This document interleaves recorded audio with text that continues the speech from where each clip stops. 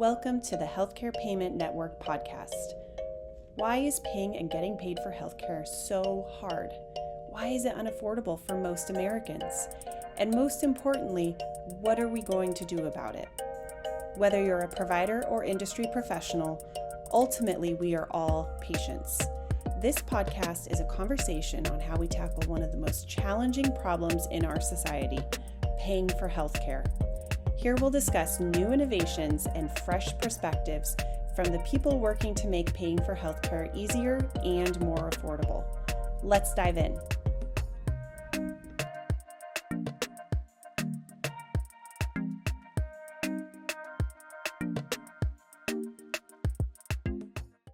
Welcome, everyone, to the Healthcare Payment Network podcast. I'm Andy Relihan with PayJourney. I'm the host today. And today we've got two guests, Wallace Harmening and Matthew Vecchio. Gentlemen, welcome. Hey, good morning. Morning. We are here today to talk healthcare financial navigation. Huge topic, growing topic in the industry.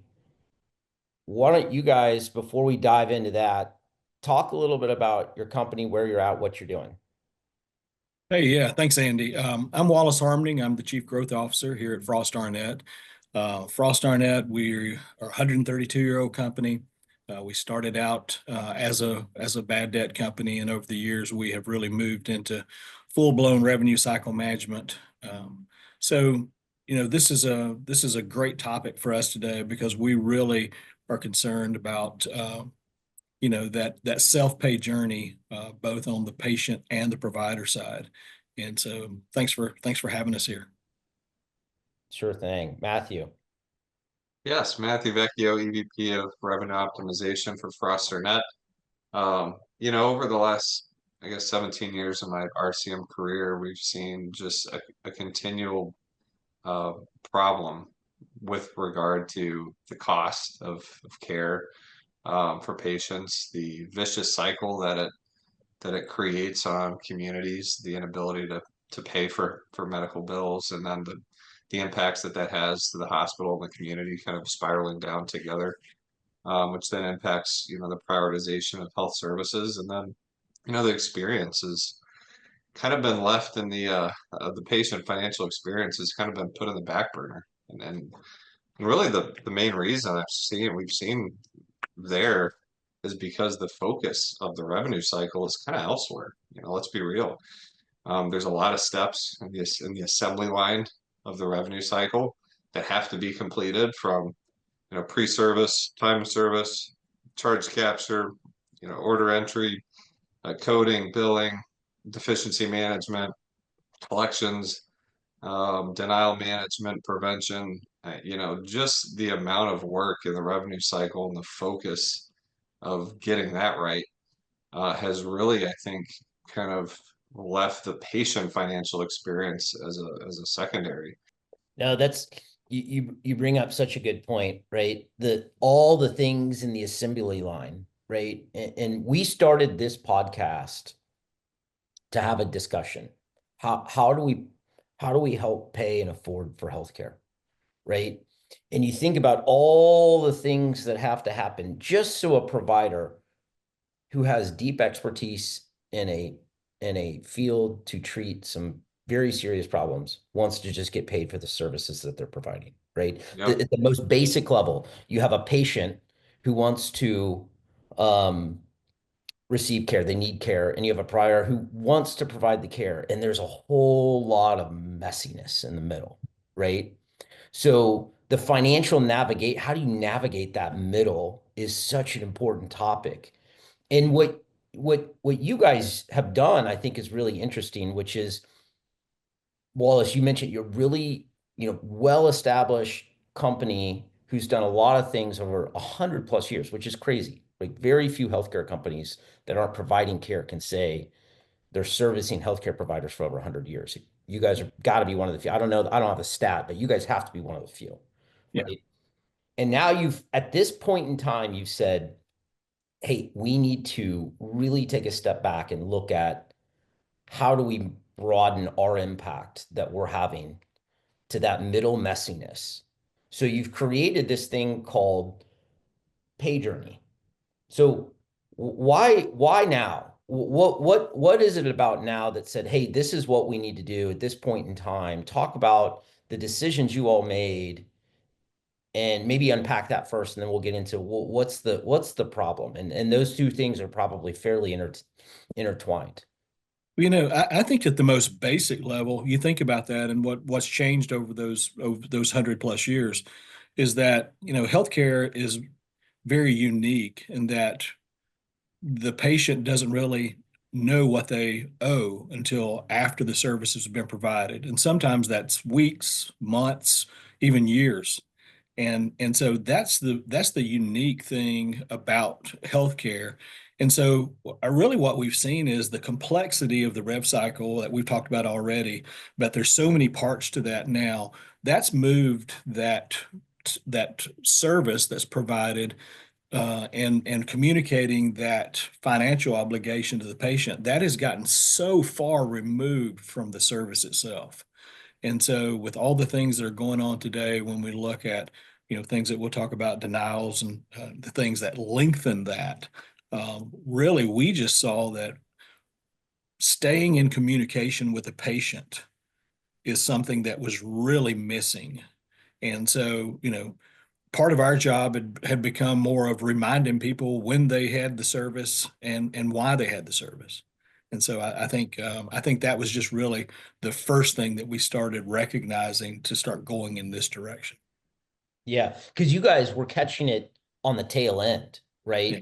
Maybe they had it, the service 90, 120 days prior, and they didn't really understand what the bill was, and they hadn't been properly educated upstream. So that by the time it got to you, it's, well, a lot of dissatisfaction, a lot of frustration. And so now you're at a point where it's like we need to, the ultimate problem is to solve it more upstream, right? And get upstream and solve it rather than wait till they're really, really frustrated. And I think we've all kind of been there as patients too, right? Like we've gotten a notice and you're like, why am I getting this? Right. So what it within that, Matthew, what's the biggest pain that you guys are seeing? What are providers saying that, where PayJourney can go help? Sure. Well, first is really cost. If we can't reduce the cost, then how do we make it more affordable? So really it's affordability. And so improving affordability, there's been evidence that if you can fix the affordability problem and make paying medical bills more affordable, lengthen those durations of payment plans through like patient financing, for example, then you can accelerate cash collections to the hospital while extending the timeline to make that payment for the patient. And when you do that, not only are you reducing bad debt, but you're improving the patient financial confidence. And that patient financial confidence is actually a very real phenomenon in communities. You can see it in struggling communities where there's low financial confidence, that you can see it in better demographics where there's better. And there's a direct, studies show that there's a direct correlation to no-shows and prioritization of healthcare services. So that's really, I think, the first thing is how can we maximize affordability? Because if we're not solving that, then the experience can be great, but your end result's not going to be as great. So Yeah. I think you really have to start with that.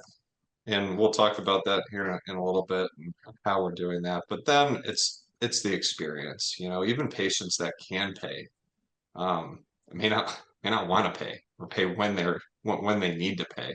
And the reason for that is because today's payment journey is pretty turbulent. Right now in the industry, we're really just seeing, from the No Surprise Act, mandates in the true self-pay to be able to provide good faith Yep. estimates. But we know Yeah. it's coming. And best practice needs to be doing that now for patients with insurance, being able to calculate those estimates. But we're not seeing that, being a consistency around the country. So transparency on the front end. And then there's usually different teams. Okay. So of course there's different teams, right? It's the revenue cycle. We got a team for everything. Um, But your pre-service financial clearance team is going to be different than your back-end call center collection team. And so the point is, from the patient's perspective, they can often feel like they're just a rag doll being bounced around different teams and often getting inconsistent messaging. How come you told me this was going to be $700 up front, right, for this procedure, but now it's closer to 1,100, right? And I'm surprised. What happened in the middle, and why are these different teams? So there's a lot of turbulence, I think, in that sense. Yeah, it almost sounds like, and maybe it sounds like, how do we put cost into the equation of how people manage their care, right? And how do you make that, because it's becoming a bigger and bigger share of the overall cost is what the patient bears before the insurance really kicks in many instances, right? So how they can educate and inform the patient of what is going to happen, when it's going to happen, and what they can expect can at least help them prepare and help them go make a decision. And in the best case, the provider and the patient can go make that decision together, right? Well, 100%. The problem is, even the organizations that are calculating estimates right now for patients on the front end, for patients with insurance, the problem is the estimate could still sound like Greek to the patient. Okay, they might not fully understand it. So the second part of that problem is the staff who are providing those estimates on the front end are often those teams, those financial clearance teams for pre-service, they often have a lot of other things on their plate. They have to, make sure that they got the right CPT and diagnosis on the order. They got to secure the demographics. They got to screen for charity Medicaid. They have to do insurance eligibility and resolve when there's eligibility issues. There's medical necessity that's got to be checked sometimes. Does it require a prior auth? Does it require a referral? Is there a better way to do this? Okay. Is there a new structure or strategy around our pre-service and really the entire revenue cycle around financial navigation? Should we just let the scheduling team do their thing, the pre-reg team do theirs, and maybe institute a new team of financial navigators, almost like an extension of the financial counselor that can really bear the responsibility of calling and educating the patient on their benefits and what to expect.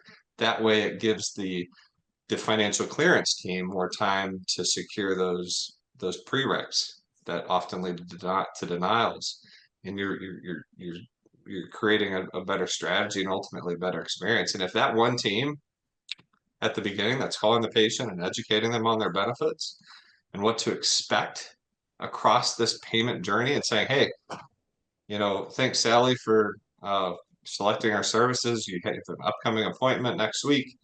Looks like your estimated out of pocket is going to be XYZ. Here's why, and here's what to expect over the next few weeks. Once you're post visit, we're going to call you again, and I'm going to be with you every step of the way. And we're gonna educate. If your estimate changed, we're going to be letting you know. By the time you get your first statement, you shouldn't have any more questions, right? And really being that advocate for the patient every step through their payment journey is what ultimately kind of created PayJourney, which Yeah, no, I'll talk a little bit about. It's such a burden, and we've all been on the other side, right? That's the other thing. We've been on the other side where we've felt the friction. It's not just that we hear about it and we're like, oh, Right. we could solve it, right? We've felt it. We all feel it. And it feels almost personal, like I want to pay, or in many instances, not everybody, but a lot of people, you want to pay, but Sure. I'm not paying for something that I don't understand what I'm paying for, right? Exactly.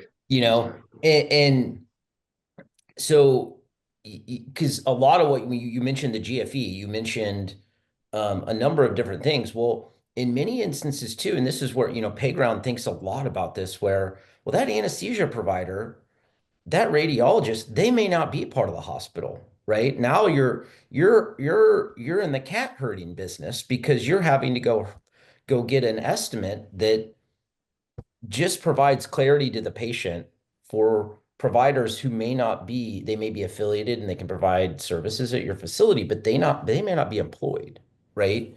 And how you go structure that to go provide a very clear, concise view to the patient.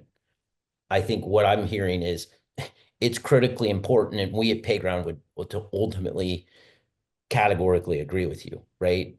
And so, Matthew Wallace, how do we do that? Because one of the things that providers, and we have conversations, and I'm sure you guys too, is, hey, we need to go maintain a positive ROI, right? The return, in the near term return, because running hospitals on a positive operating margin is huge. So how do we do this so it doesn't increase the operating costs and actually has a net benefit to the provider? Because we know the benefits there for the patient, right? It's just too clear, it's too obvious, there's too much dysfunction for the patient. So how do we do it so that it's a net win for the provider? I think, excuse me, I think a way that we look at that and the way that we answer that question is what we do in all of our solution sets is that there's so much technology out there today. And we all agree that for hospitals and providers to operate in that positive environment, then technology has to be a big part of it. And we talk to CFOs and revenue cycle executives who get excited about all the things that are out there. But there's a couple of things. Number one, there's so many choices Yep. that they get a little bit of analysis paralysis. And then the Yep. second part of that is, I've had discussions where they say I can't employ every bit of this technology or I couldn't maintain my positive. So that's one of the great things at Frost is that we take those technologies and we embed them and utilize them in our workflows. And so the providers are getting the benefit of those technologies that are out there, because we embed them in what we do. And so typically, especially on in these cases where we're looking at the patient payment journeys, a lot of those are contingency. So those costs are baked in. And so that allows the providers to benefit from the technology. We're able to go out, give that better patient experience, have those better recovery percentages using that technology. And I think that's a big part of what we do. And we've done that here in PayJourney. By taking things that they obviously would have inside their house if they could, and building those things in so that it becomes a more efficient and more effective workflow for the patient, and ultimately providing higher recovery rates for the providers. Yeah. You guys are saying, hey, we're coming with a pre-baked. You don't need to go do this massive implementation. You don't need to go hire a ton of people, right? We have a proven solution that you can quickly and easily adopt, and it comes with a proven set of outcomes, Right. right? So piecemealing it together, you could, right? Anybody could go and piecemeal this together themselves, which then says, okay, I have to worry about retention. I have to worry about a number of different things. So how do we go mitigate all the risks of piecemealing this together to do it the right way and maintain a positive margin, Wallace? And I think that's so critical because we face that as a business too. Like, hey, we could piecemeal something together, but there's a certain aspect where just working with another organization that's done it, that's scaled it, that's proven it, it just makes a lot more sense, right? Exactly. Yeah. And the next frontier of all this feels like it's AI, artificial intelligence. Are you guys thinking about that? And if so, how do you think AI plays into the PayJourney landscape? Yeah, I can take a shot at that. Thanks, Sandy. Take a shot. You know, from my perspective, AI is it's only as useful as the results that it creates, and then there's still a lot of um, I think blank space and kind of a blank canvas to see how far we can go. Clearly, because it's pretty new, but I do see, at least from this PayJourney model, where we're assigning a team of financial navigators at the beginning and following them every step of the way and collecting an early out and infusing digital engagement, infusing patient financing, all in this holistic solution to increase engagement, to increase financial navigation, consistency, affordability, so that we can collect with empathy. There is a space for AI, and the results could be, after hours. For example, our call center, our financial navigation through our call center, um, we're closed down, let's say post 6 p.m. But in the world of AI, if we're engaging that patient digitally and embedding engagement AI that allows the patient to ask questions about their bill, requests, let's say, an overview of what their deductible is, what their benefits are, why they owe what they do. Um, if there's some way to have a back and forth dialogue with AI that can provide answers in real time, that not only improves efficiency and reduces call volume and maximizes the time that we do have with patients for those more, advanced cases. It could ultimately increase collections too by resolving those questions at 8 p.m. or 9 p.m. maybe when that patient only has time. They got a busy day, and they would, we would be able to secure more payment if we resolve those questions sooner, and even infused, patient financing a little bit more seamlessly through our engagement campaigns. And I think that that's a very tangible way we could use AI in that digital engagement landscape to improve efficiency, resolve questions, in real time, improve the patient experience that ultimately lead to increased collections. Yeah. Yeah. Because you have things today that I would say are somewhat widely used. IVR, right? A lot of people have an IVR solution or a basic chat bot, right? And it feels like, Matthew, that AI can give a whole additional layer of context, right? Because if I talk to a chatbot, I'm trying to get to the person that can give me the context because I've already exhausted a certain level of research or, investigation, right? So how do I get to the level of context? And you're right, maybe it's 9 o'clock because I worked and then we had soccer practice and all the other things that go on with life and what happens after that, or other family events that just life comes up. Yeah. And so AI gives us this ability to go work around life and everything else that is occurring in that patient's life outside of what's going on with their health. And they can engage and be given context on their own terms. Absolutely. And I think one use case that we see that, we can embed through PayJourney is how come that estimate changed, right? If this was $700 when we first talked, but now I'm seeing it's closer to 1,200, that's something that AI can provide an answer for, right? Just based on those additional procedures that were added. Maybe the insurance didn't pay as much as they were expected to pay, underpayments. Um, and so providing those kind of questions in real time, uh, and ideally even before that patient gets their first statement, is already updated to their patient, an updated estimate, something that we can do at PayJourney with PayJourney. That all helps resolve those questions and increase collections, and a great place for AI. Yeah. Yeah. No, that's a great use case. Because again, it's one thing to know that it changed. A bot could tell me that Mhm. it changed. I could be given a digital engagement notification that it changed, but why? Right? Right. Right. That context is huge. And so, Wallace, help help us understand, what's the step the provider take? How do you get on this financial navigation? It may not be all at once. What's the steps that you would say, hey, start here. This is what you're hearing from CFOs, revenue cycle executives. What are you hearing? And what's that initial step that seems to be the most logical and most frequent that you're hearing and seeing?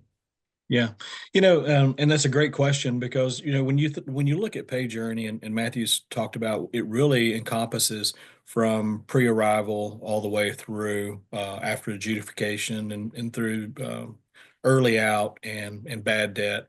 And so we go out from our perspective, Frost. We typically don't sell widgets; we sell solutions. And so we go out and we have those. We go out and we have those conversations. And when we talk about the entire gamut really of what PayJourney offers, more times than not, we really start seeing that the providers are starting to focus on that early out area, you know, uh, basically basically at time of service through early out. Because when you think about that, that's where a lot of this additional communication with the patient really happens because we're talking about after the patient's been discharged. Matthew's talked about any kind of changes that you see in any kind of estimates, and then when you look at early out, which is first party on behalf of the providers, most of the questions there, the things that keep people from paying their bills is what you said, understanding the bill. And so I really think a lot of people look at this area, and that is the place that you can really, number one, increase that patient satisfaction that we're talking about, but also affect the recovery rates very quickly. Because again, if a patient understands that bill, they're more apt to pay it. So, when we look at patients and their out-of-pocket costs, most patients want to pay that bill, but like you said, they need to understand that bill. And so when they look at PayJourney and just almost a very um, easy place to start is in that area. And so then you're starting to look at increased communications. One of the things that we really um, go heavily on in our workflows is that digital communication. Over the years, it's always traditionally been telephones, and now when you think about how patients want to do their business, for the most part, that's on their phone, but it's a smartphone, it's texting, it's email, and things of that nature. So starting to get that communication out quickly, that changes both patient satisfaction, the patient engagement level, and the collection. So I think most providers are really starting to look in that area.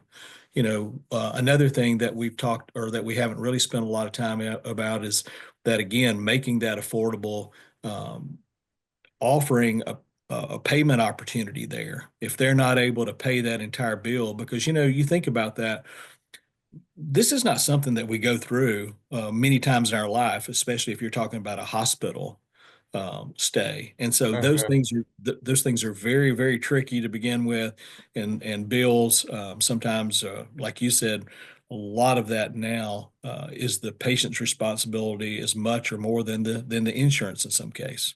So that's the area, and so we really start looking at that, and once we start in that area, then we can kind of start moving forward in the process like we talked about and really starting to work on that communication, pre-arrival, expectations, the ability to pay, and things like that. But Yeah. So what I'm hearing you say is start in the place that causes the most confusion and dissatisfaction for the patient and hit Yeah. it before that problem gets unsolvable, right. right?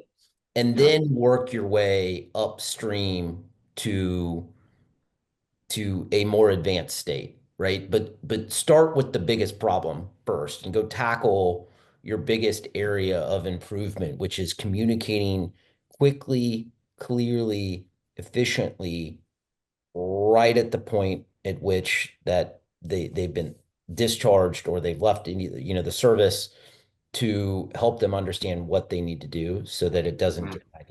And then at the same pair that with options that may fit their financial need, right? That could be charity care, it could be financing, it could be a payment plan, Right. you know. Right. There's different mechanisms, and bring them to bear in a very simple way. So engage them how they want to be engaged. Yeah. And the And key to Wallace, that that again just makes sense, is right? early. Yeah. Yeah, is get that information to them early and help them understand it. Yeah. Yeah. No, I mean, I think what you guys have done is lay out, hey, well, there's a huge problem. It's a very complex, multi-step problem. You've got an Yeah. end-to-end solution to help There's a roadmap. yeah, there's a roadmap to There's a say roadmap. start where we can go make the most impact, and then we're going to work our way up, right? 100%. And I think to what both of y'all are saying is, we've seen clients want us to start on the front end because they needed to improve their point of service collections or pre-service and point of service collections, both which we can do.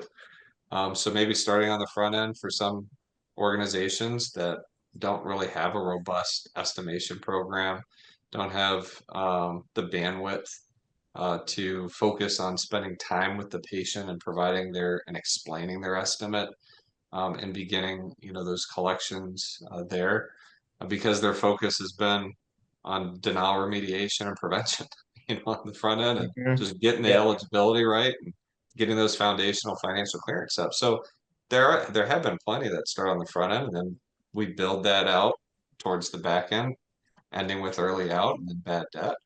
Um, we will prevent. That's the good news about PayJourneys. If we have that active AR end-to-end um, PayJourney program, we will prevent bad debt. We're seeing that, 30-50% reductions there. So especially with higher, patient financing enrollments across the organization, across the industry.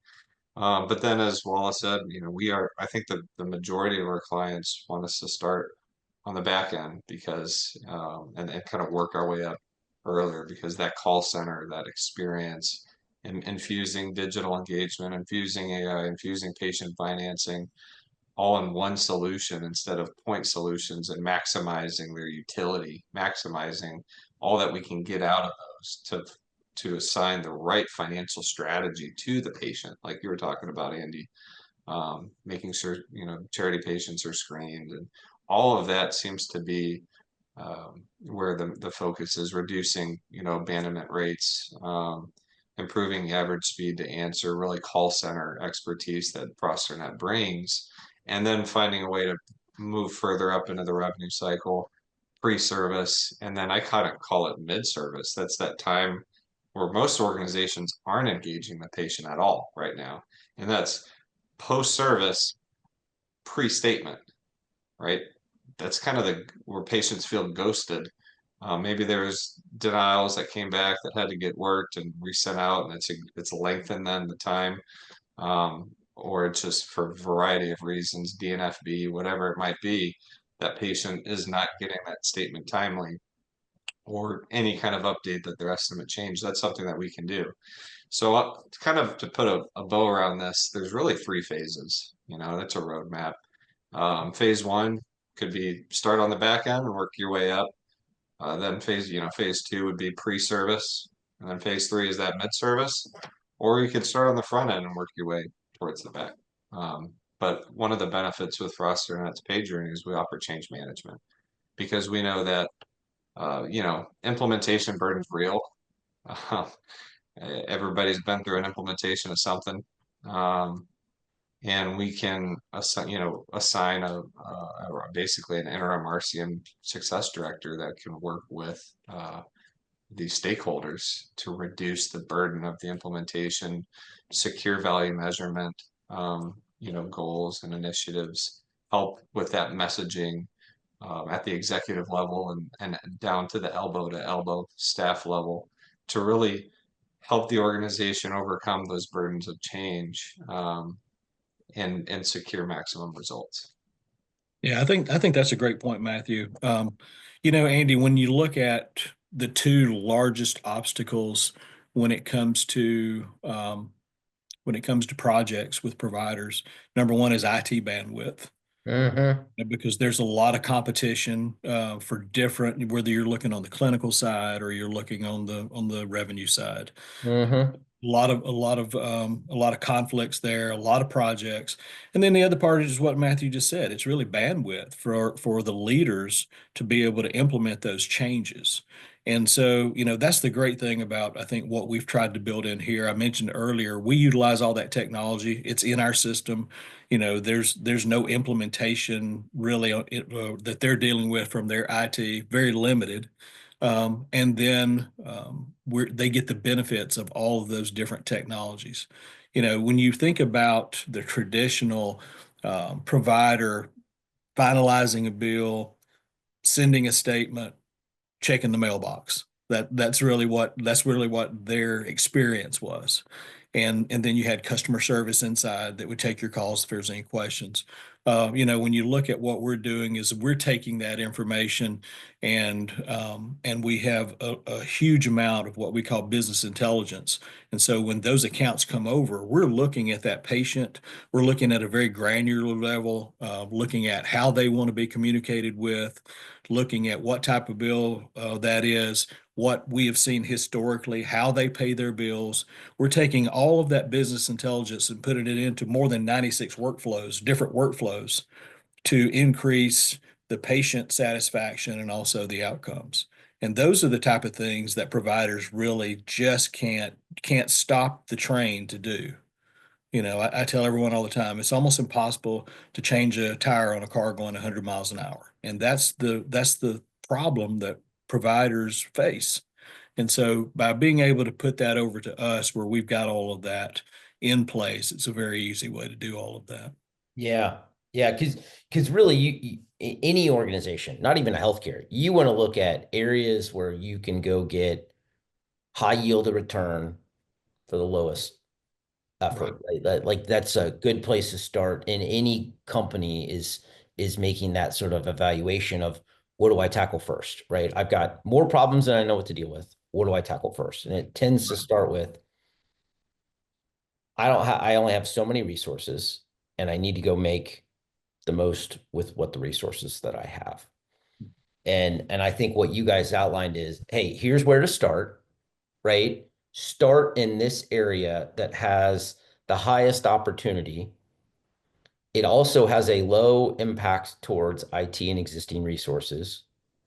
And then we can roadmap towards the future, right? Correct. And towards more expanded problems as we lay a foundation with you all that is not overly burdensome. And that to me is a strong recipe, regardless if you're in rev cycle, if you're in anything, that's just a recipe for how you would go operate any organization in solving problems and starting to go tackle problems in any organization. That's a strong recipe for success.